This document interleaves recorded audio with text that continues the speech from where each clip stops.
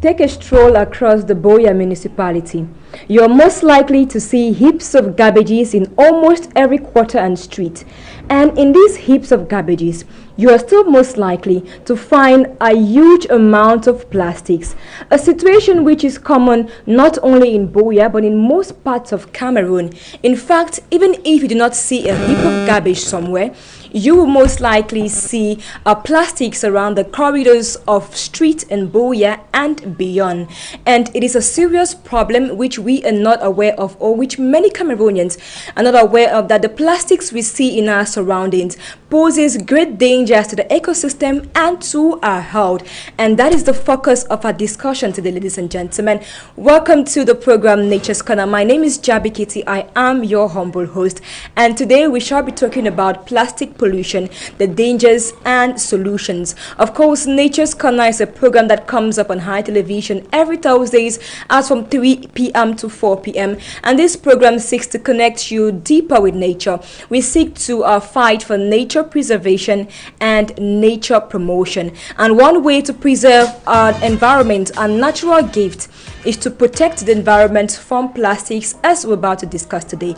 And of course, we have a guest, an environmental scientist in the corridors, who will be drilling us on this particular topic, because as you know, I am just a journalist. I do not have much of the expertise to drill you on a topic as this. That is why we have in the pipeline a beautiful lady who doubles as an environmental scientist, who is waiting. And when we take on this jingle break, we'll come back, we'll unveil who our guest for today is, and also we'll get straight into the program.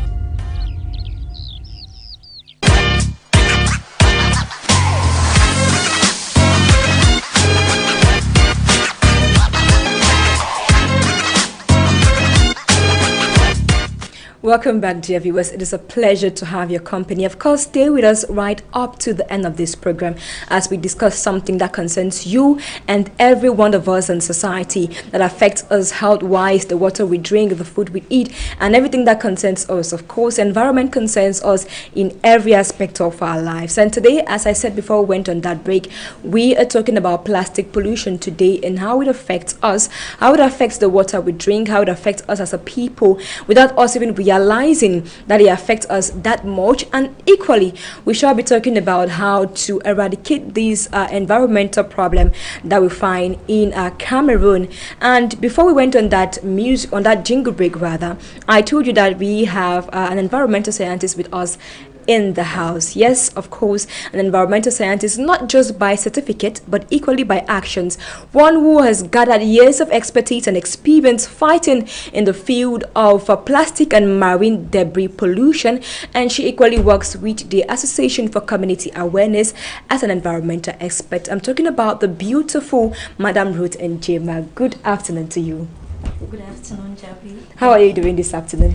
I'm doing great. I heard the name in German. I was just like, okay, in German it is from the Bakweri land, and Definitely. From Bakweri. Yes. So I think now it's afternoon. How do we greet in the Mokwe language? Okay. And so I'm learning something about the Mokwe language this afternoon, and of course you two are learning. But this afternoon we're not just learning culture, we're learning environment, as well as Uden Jema shall be talking to us about plastic pollution. Let's get straight to the topic of discussion why we are here. You've gathered years of experience and expertise in plastic pollution and marine debris pollution. To the common understanding of the common man, what exactly can we term plastic pollution to be, to the extent that even a child of 5 years old watching us now can understand the concept of plastic pollution? Okay, talking about plastic pollution, in its simplest form, it's the dominance of plastic in the natural environment, the presence of plastics polluting, or since we are trying to break it down, let's say the presence of plastics contaminating our physical environment, plastics found where they should not be because they have been improperly disposed, or they have been washed into a particular position by maybe storm water, maybe we'll discuss the details. But when we talk about plastic pollution, it's plastic like invading our environment, our physical environment. It could be on land, it could be in the water bodies, our rivers, our lakes, all around us in our physical environment, as we can see, yes. So basically, when we talk about plastic pollution, when the quantity of plastic is beyond what we can handle as a community, and we find plastics in places where they should not be, and they affect the physical environment, not just the natural environment, but they affect humans, they affect other biodiversity. So it's a problem. When plastics become a problem, when plastics are imposing themselves on our environment and causing changes in the environment, we are suffering a problem of plastic pollution. Are plastics imposing themselves on our environment, or are humans given a chance for plastics to invade our environment given the way we dispose our waste? Exactly as you put it. The causes, plastics, we find them in our environment. So when we say imposing themselves on our environment, it's more like we cannot handle the situation. The situation is kind of out of control. And of course, plastics are not naturally occurring elements. True. And this is part of the anthropogenic or the human impact on the physical environment. The presence of plastics beyond what we can control, beyond what we can handle. Mm-hmm. Yes, so we have plastics even in places where we do not dump them. Mm-hmm. Because there's this tendency for people to think that throwing plastic into a water channel is taking the plastic away. But it is transferring to another exactly. You're transferring the problem to somebody else. Or sometimes when it ends up in the ocean, the ocean sends it back to you. Okay. On our coastal areas, yes. So we have that problem of plastic pollution. You've gathered years of experience and expertise in fighting against plastic pollution. I have a bit of knowledge about plastic situation in Boya, but the other regions of Cameroon, such as Douala, there's equally other towns such as Limbe, and I know you and your team have had years of experience going to some of these towns to do cleanup campaigns, and you have witnessed the situation of plastic pollution. To the viewers watching us right now, maybe you can tell us the situation of plastic pollution in Cameroon. How bad is it? Plastic pollution is really a persistent problem in Cameroon. You know, there is no area of Cameroon that we can say that is actually free from the impacts of plastic pollution. Even in the rural environments, we can say that the people do not probably generate a lot of plastic wastes, but they still suffer the impact of plastic pollution, because when we burn plastics and the carbon dioxide and methane is released into the atmosphere, you cannot say this atmosphere is just it only affects Douala, or it only affects Boya, or it only affects Limbe, you know. Sure. So it's a problem all over Cameroon. The problem can be seen and is obvious when we see waste piles in our cities. Mm-hmm. And it should be noted that the urban areas are suffering the most from plastic pollution, because where the human population is higher, more plastic waste is generated. True. And handling, when we do not have enough infrastructure, when the people do not have the right attitude towards plastics, when sometimes it's the people don't know about plastics, we find this problem of plastic pollution prevalent in all the towns, all the cities of Cameroon. In some cases, it's worse. Mm-hmm. Yeah. Let's say in Boya, there are some quarters that when you get in, you cannot freely go through a street without that scent, you know. And our waste, we all can bear that. If you're vigilant, you notice that when you see a waste pile, the majority of the waste is plastic. True. You know, we have a lot of single-use plastics. We have a lot of broken plastics, even if they are being reused, but they are there present, destroyed plastic items found in waste piles. Mm-hmm. So throughout the country, the problem is really, really persistent. It is a persistent problem. Now, how does it affect you and I?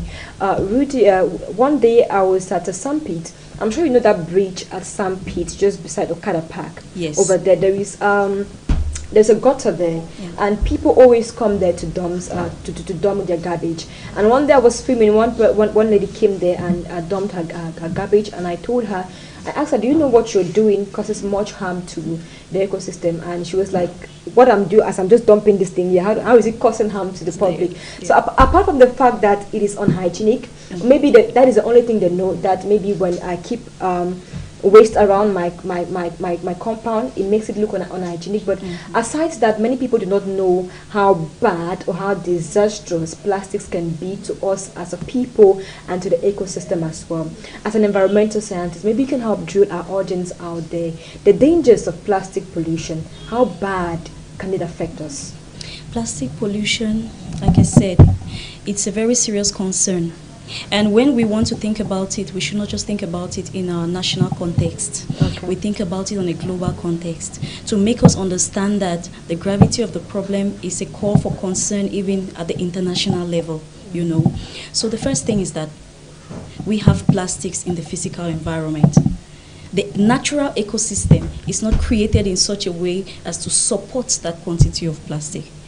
So the high levels of plastic present in the soil. First of all, plastic is made from chemicals.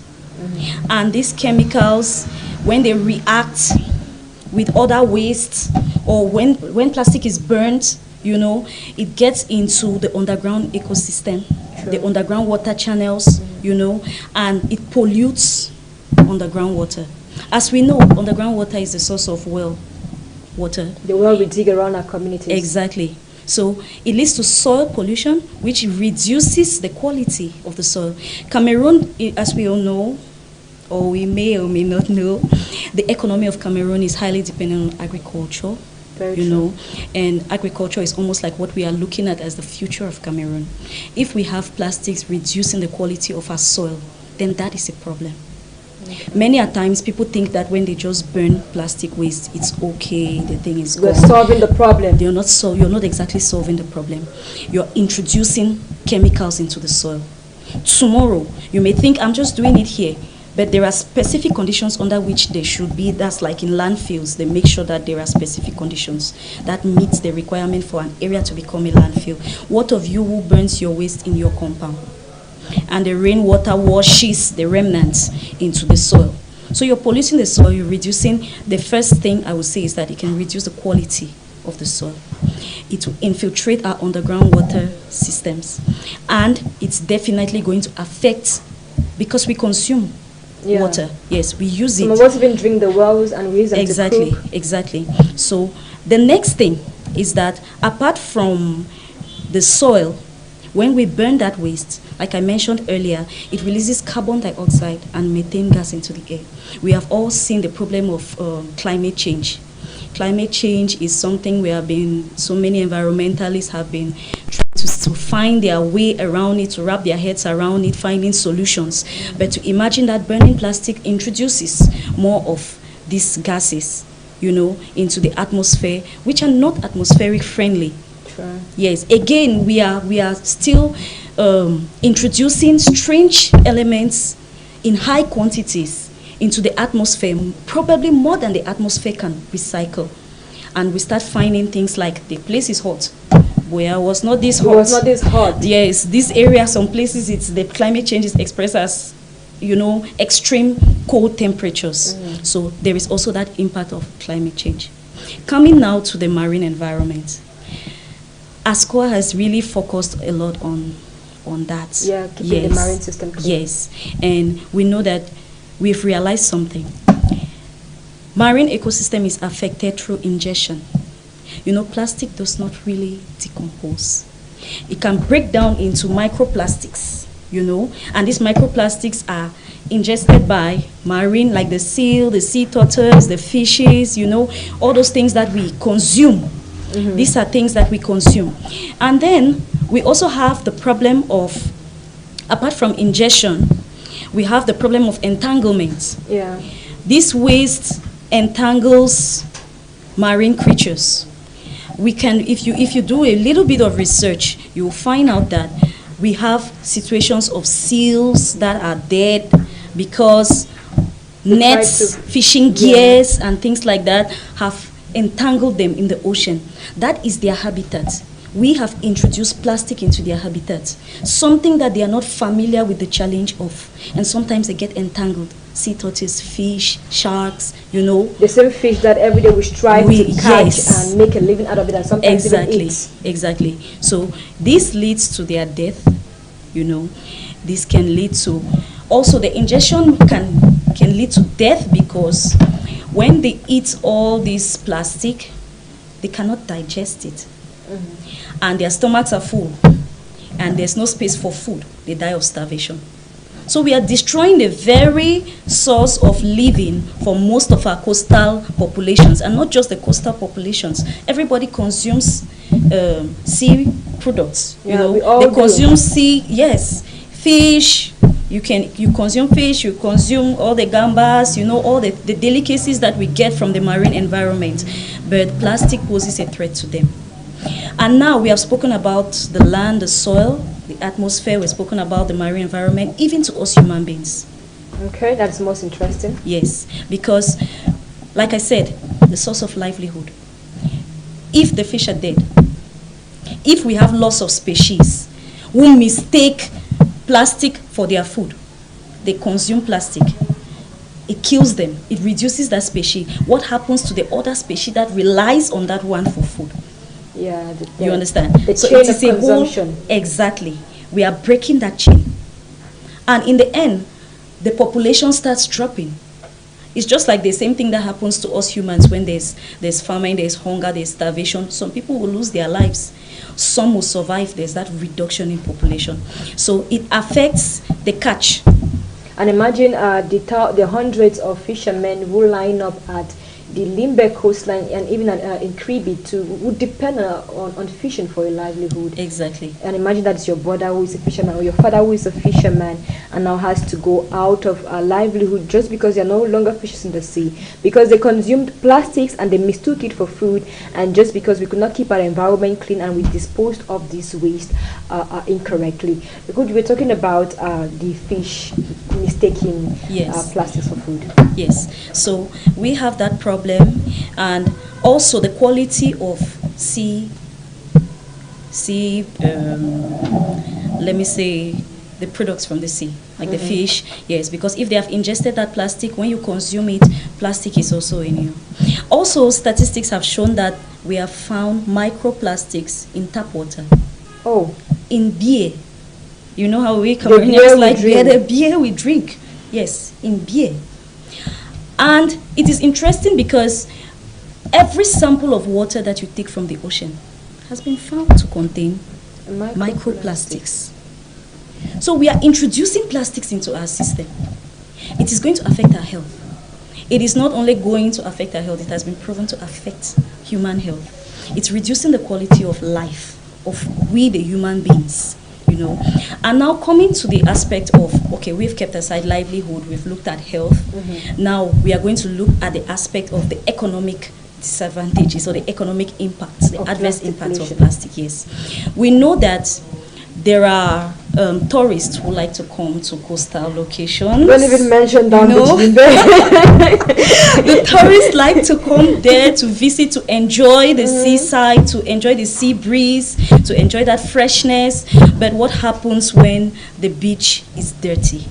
Nobody wants to come for tourism, pay money to come and spend time in a dirty environment, like a dirty beach. The last time we were down beach in Limbe, we saw the scenario there where people were seated here having a drink, and then there are just plastics some few meters away from them. And I don't understand how we're able to enjoy in such scenario. Doesn't it affect our health? Definitely. The stench from, because I'm sure when these plastics gather, water usually remain in them, and sometimes people even pee, and it gets inside the plastics, and when it stays there, the stench comes up, and it affects us all, I'm sure. Yes, talking about that, you know, apart from the stench, these plastics, when washed away into the ocean, because that's the coastal environment, when washed away into the ocean, these plastics are bearing and introducing strange pathogens and toxins into the marine environment.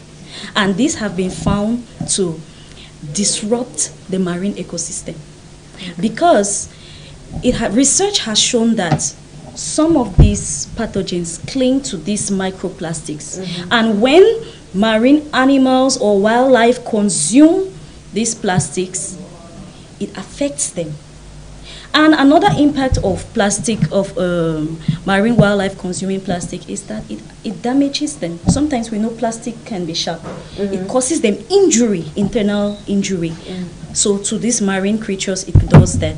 So coming back to the coastal tourism, it affects coastal tourism because we know that when we search beaches online where we want to go for our vacations, down beach Limbe, you know, the images that you will see will influence the decision you're going to make as to where to go.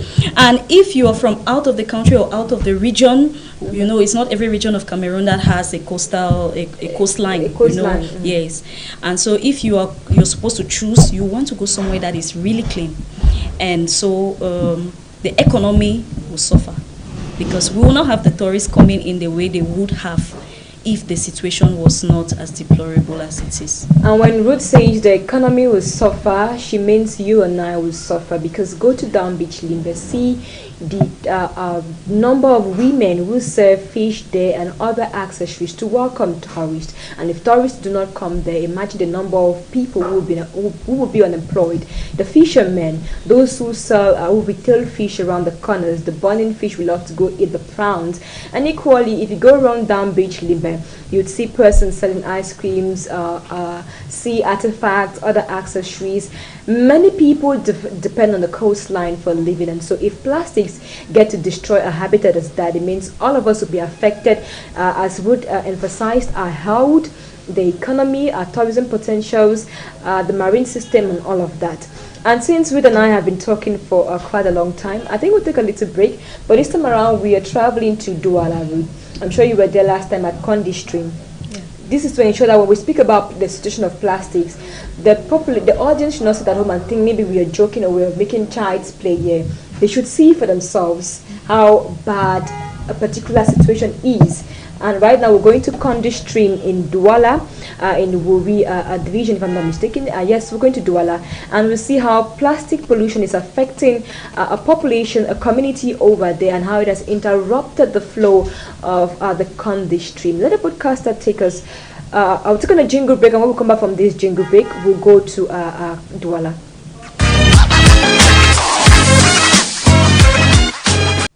Welcome back. You're still on to High Television, and the program on board is Nature's Corner. As earlier mentioned, we want to take you to Douala, so you can see a particular community that is suffering seriously from plastic pollution. And right about now, our broadcaster will take us to Douala to meet population there in that part of the country and see how the Condi Stream, how the water flow of Condi Stream has been interrupted by plastics.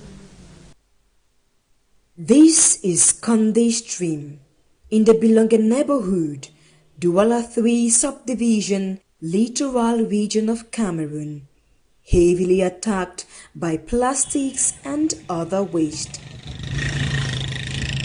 Where we found ourselves now is Pont Condi.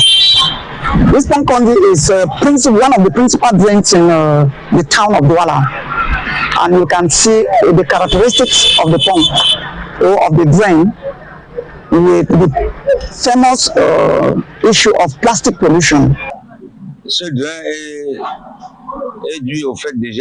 This dump site has been there ever since this bridge was badly constructed. This side of the bridge is totally blocked and all the garbage that comes in remains there. The situation here is alarming. Actually, we are faced with a situation where there's a river here and the river course has been interrupted because there's a lot of waste that has accumulated at a certain point of the river. A lot of plastics, a lot of the waste is assorted category. This has hindered the flow of the water. Not only has it contaminated the river, and there are people who are resident around this river who use this water for various household purposes. I cannot overemphasize the health impact of such activities.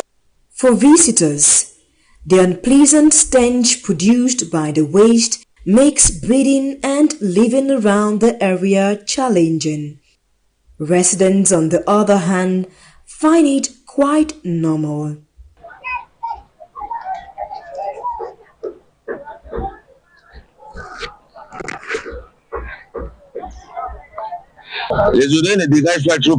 Concerning the smell, it is not an issue because when rain falls, it carries it away. But when it doesn't rain, we have a serious problem of the stench. Students have to wear face masks to avoid the smell. They are not even aware that that scent that is gotten there is even an issue because they see it as a normal thing that life goes on. So they don't know the severity of even the impacts of what they are taking in because they are suffering from air pollution in which they don't even understand what is air pollution. So they just take it as a normal phenomenon, like also like the CDC and their rubber factory. They have gotten used to that scent to the extent that the people in Tico, they usually call it their perfume. They get the scent, not that they don't get it, they get it, but they are familiar with it because they don't know the impact that it has on them. That's why they will say they don't get the scent. The scent will always be there. So us now that we are there and we notice the scent is because it was our first time. But when we stay there for 1 or 2 weeks, we also get we also know that it's a normal thing. During the rainy season, the inhabitants are faced with heavy floods. Whenever there is a heavy rain, the water overflows its banks and completely floods the tarred road. The flood here hinders the movement of persons, and there is a problem of mosquitoes that causes diseases. En ce qui concerne les moustiques, tout ça, bon. Yes, when the river course is interrupted, issues like flooding occurs. Like I said, in the heart of the rainy season, there's a lot of flooding. Right now, the water is like standing, stagnant water. It's not really flowing the way it is supposed to. And we all know that such conditions are favorable for the growth of certain kind of bacteria and other biomass that are not healthy for an urban environment like this. That drainage, as it is full like that, the water that was supposed to be there in that area, if now the waste has covered that area until it has made the surface area to be small to accommodate the water, that is how the water now floats around the environment, and now which causes these little erosions and flash floods that you see carrying people around. Is because the area that was supposed to contain the water is now occupied with something else. So now the water has to look for a place because water is not stagnant due to movement, has to look for a place to go to, and that is when it starts carrying things around. If only the stream could, it would cry out loud of a hostage situation. The waste did not just find itself there. Those of people directly deposit the waste there. It also came through all those other processes that were washed due to serious rainfall. That is how we find the waste there. So it comes from the population because normally Supermont did not just create plastics and went and pour there. No, after the consumption of what was inside the plastics, now maybe somebody can even throw it on the road. Maybe the dumpsters are around, somebody puts it inside. Since the plastic is light, maybe the dumpster can fall, maybe breeze, and when rain falls now, maybe the dumpster falls, the plastic falls in the gutter. When rain falls, you just wash it in down to the river, and that is why we find quite a whole lot because all those plastics did not come from one person's house. It is because of the population as a whole that have used the plastics, and now it is now useless to them, and they see it as waste and they remove it from their environment now that to keep their own immediate environment clean while depositing it somewhere with the effect still comes back to them. Why so recurrent on this site? It is because it is, as I said, a principal drain. It collects, it is a collector from most of the inaccessible quarters around this part of the town. And it leads directly into the creeks and definitely into Hori. We have been having difficulties with this drain because this is the principal source of plastic pollution within the Vori. To environmental experts, this pollution extends beyond the river Vori. So this waste here doesn't just end up here. Our sources from the Delegation of Environment have made us to know that at the heart of the rainy season around June, July, when the water increases, the level of the water increases in the river, this waste overflows on the banks because the water is pushing at it. It causes flooding in this area. The part of the waste is carried into the ocean. further polluting the ocean. So the problem of plastic pollution is really a problem in this area in Douala, and we need to look forward to other solutions.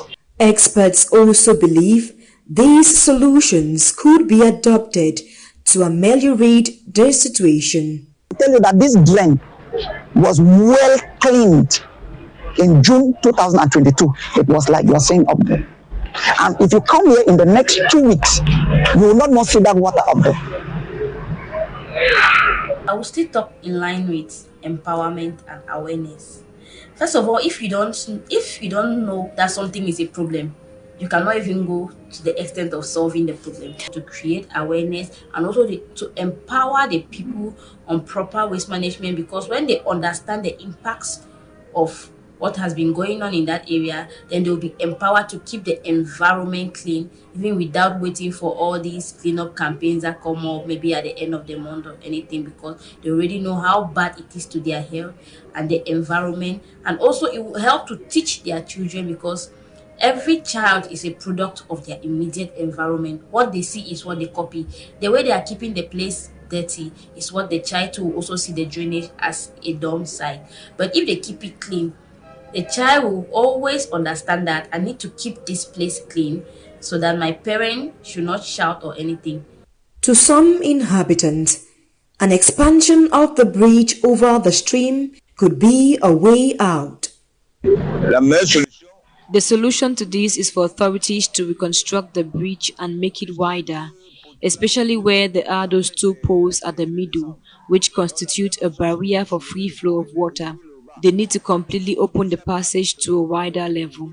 No matter how you try to lift up the bridge or any solution you put in, they are the people in that environment. If you don't try to make them to understand how severe the impact is, you still come and meet the same problem every time.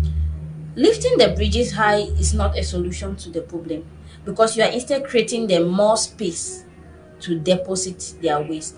The plastics are not first of all supposed to be in that area before you are lifting the bridge to say it is an area for the plastics to pass. Because when you lift the bridges, you can organize a workshop or a TV program.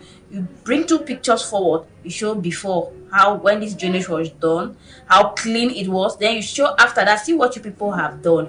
So if you show a typical example of somebody that is suffering from a disease that is caused by that pollution, by the time you start tracking everything and linking it, then they'll be aware and they'll be empowered they themselves to carry out their own cleanup to prevent the effects. But if you lift up the bridge, it's as if you have told them that, okay, the place is full, so let's help people again to open it, and they'll still be dumping. According to recommendations made by Sustainable Development Goal 12.5, recycling would be a more sustainable solution to this problem. We need to adapt other measures of treatment. And the most adapted measures of treatment is mostly by collection and recycling or reuse. The Kondi stream is just one among the multitude of plastic infiltration of landfills and water bodies in most parts of Cameroon and the globe at large. Cognizant of the threat posed by non-biodegradable pollutants, especially plastics, the fight against this environmental trouble is a general concern and calls for collective action. Welcome back from Douala. You just saw for yourself how a particular community is suffering due to plastic pollution, how plastics has intercepted the course of the river flow, and the people are complaining of stench. And equally, if you saw from the video, people were just selling food just beside, and as Ruth earlier mentioned, that this poses a great problem to our health. Imagine people consuming that food just beside a dump site as that. Welcome back, ladies and gentlemen.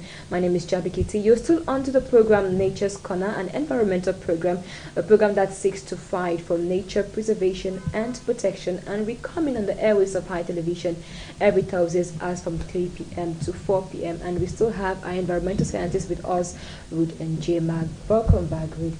I'm sure as you saw from the video, you were there all together. Yes. And we see how disastrous a situation as that can be.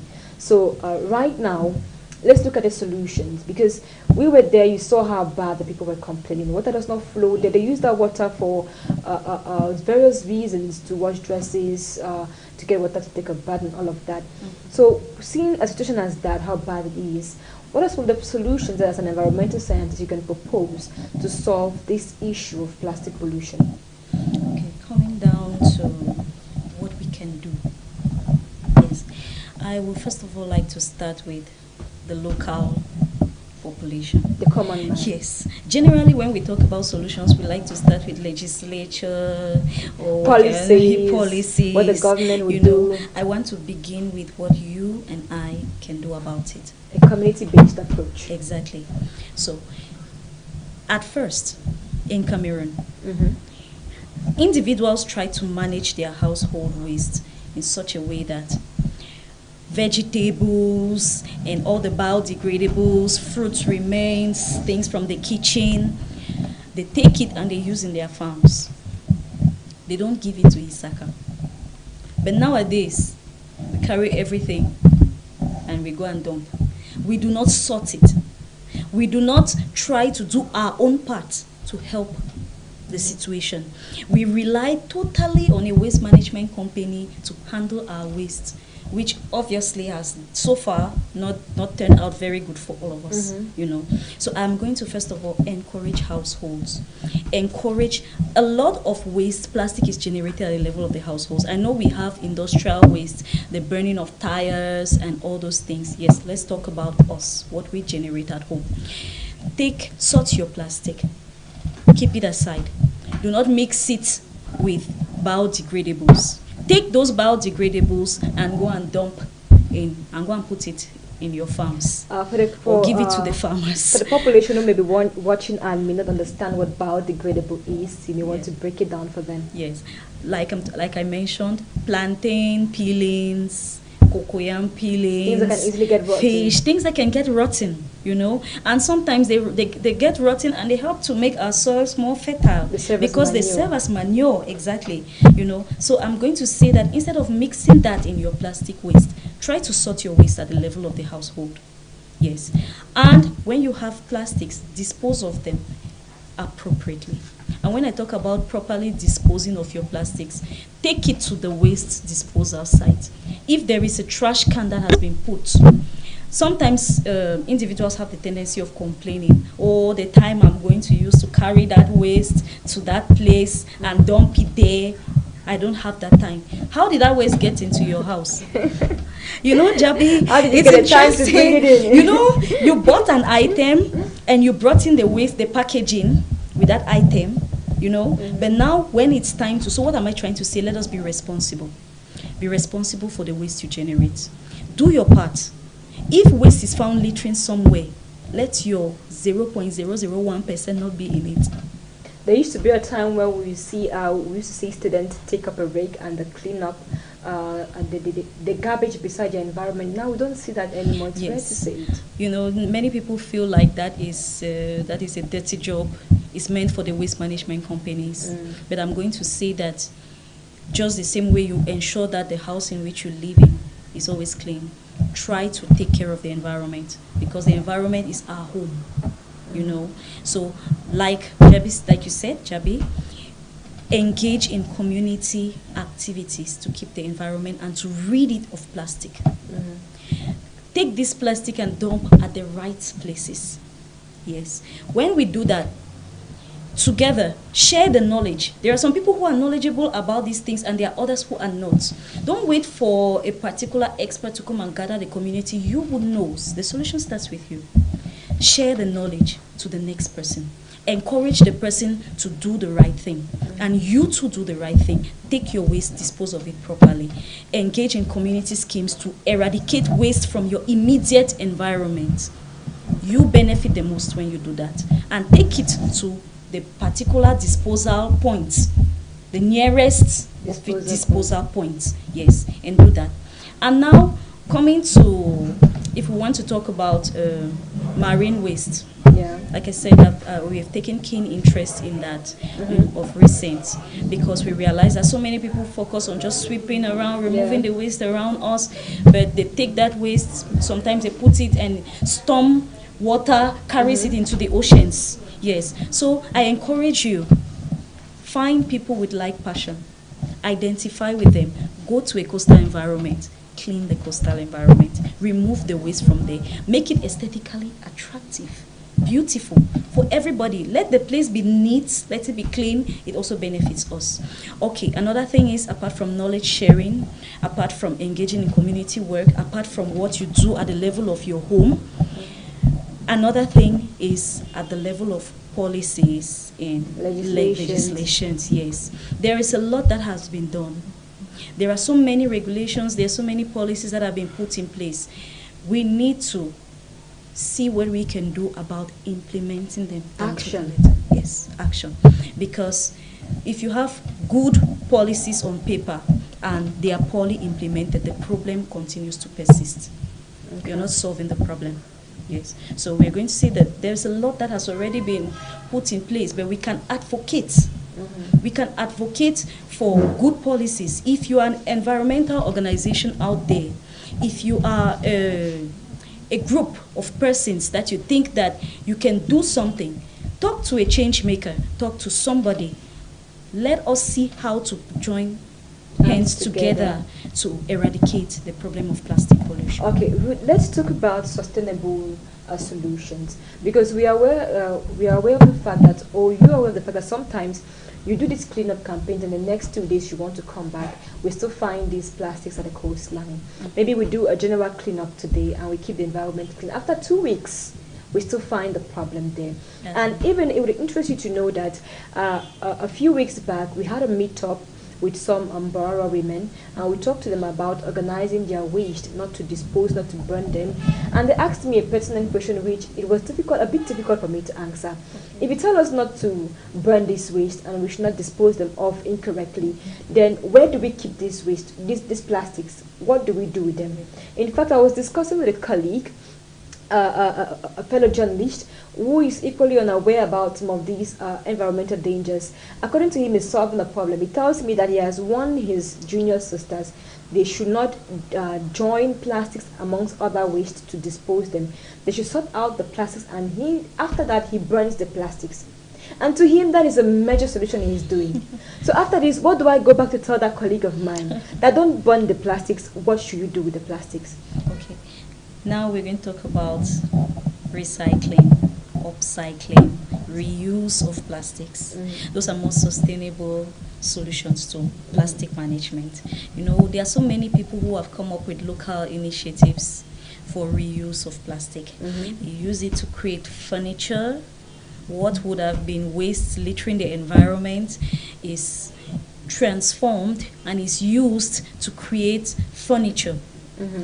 It's true that this does not make the plastic disappear, but at least it prolongs the time before the plastic is introduced into the natural environment. You know, if you took that bottle after drinking mineral water and disposed into the environment, the other person takes the same bottle and uses it to come up with something arts, you know, to come up with just something, artistic. Yes, something artistic, you know. It is better, yes, because there are people who do that, and there are others who do recycling. They need the waste that you're generating. Yes, they need the waste that you're generating. I'm sure Jabi can fill you in. Since she's a journalist, she's talking with so many of these people. She will fill you in with their contacts and who they are, you know. But there are people who need that waste. Today we find people who use waste to create bricks. These bricks that are used, road pavement bricks. Yeah, shout out to Masters Planners Foundation, an NGO that does that. You know, and that is a better way of. That's something. That's a step forward. You know, instead of leaving the bottles littering, why don't you take them and give them? I know sometimes some people ask the question, what's in it for me? Number one, you are saving your environment. Yes, what do I gain? Number one, you're saving your environment. You know, and number two, You are providing the raw material for somebody else to help to reduce the plastic problem. Sometimes these people can buy these plastics for just a token. Nothing is ever too small. Bring your plastic, put it together, get in touch with somebody. There are people who are involved in using plastic to make bricks, involved in using plastic to make decorative items for the homes, for office spaces, even for public places like bars, sometimes to do even office items like pen cases, all those things. So that is reuse, recycling, those are other sustainable solutions. The challenge we have faced so far is the challenge of infrastructure, the challenge of getting the machines, getting the industrial part to do all of this. Yes, exactly, because this is a relatively new approach to handling plastics in Cameroon, and so it is still in a very primitive. I will use the word primitive as opposed to the way plastic is recycled in more advanced countries. We're still at the local stage of recycling. Exactly. But now, before we get to that industrial stage, we understand that every a journey of 1,000 miles begins with a single step. Right. Before we get there, let's equally look at how the population deep down can do their own local recycling, as you mentioned earlier, to maybe create house decorations, a stand where they can put plates and all of that. I've seen people do that. Yeah. So you work with NGOs. I want to know if maybe it's a possibility that CSOs can organize things that are for community members to know how to recycle at the local level. Definitely. There are some trainings that are even ongoing. You can easily get in touch with the regional delegation of environment in your area. Yes, because if I give, for example, the Regional Delegation for Environment here in Boya they work with NGOs and individuals who are presently doing such. And they also offer training on such. Okay. So there are CSOs and there are some, NGOs and even individuals who are offering such, but to get in touch with them. I encourage the NGOs, the CEOs to offer training, even if it's for free. Sometimes it's not just about the money you make. Sometimes it's about driving the idea of proper waste management, of reuse into the hearts of the people in the community. Because first of all, when we cannot always think about what benefits us directly when it comes to money. Yes, the desire, the fulfillment that you get when you see the environment cleaner, it's more than what money can buy. Honestly. So I encourage other NGOs to join the fight. ASCA has been doing a lot to educate the public from the part of education, sensitization campaigns, even engaging them in the activities of beach cleanup, and even inland cleanups, and others too have been doing the same, like the Masters Planners Foundation that you spoke about. Yes, there are also companies. For example, we learned that of recent. Yes, there are others who are also involved in that. We just want to make sure that the problem of plastic pollution is somehow solved. So these are all solutions that we can consider as sustainable when we talk about reducing plastic pollution in our environment. Yes, and of course, it is one thing that we are hoping for, sustainable solutions to plastic, so that at least everybody can get involved and say that, okay, from this we can try to not only reduce it, but why not fight to remove it as a whole from society. And of course, we just talked about the issue of recycling, and we'll take on this jingle break. And after the jingle break, we look at DIY skills gotten from YouTube as to a local means or an innovative and creative means in which we can recycle plastics at our individual levels and homes to create home decorations. So in turn, we can reduce plastics as a whole.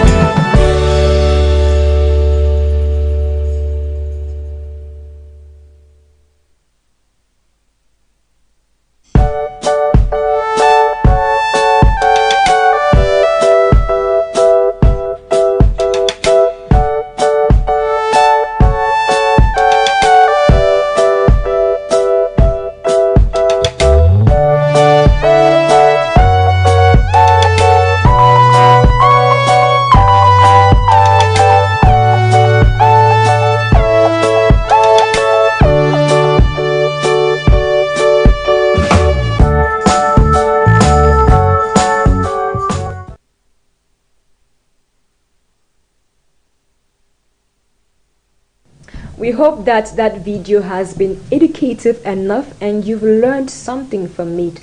Our goal is to help us save the environment. We want an environmental conscious population, and today we're talking about plastic pollutions, the dangers and solutions.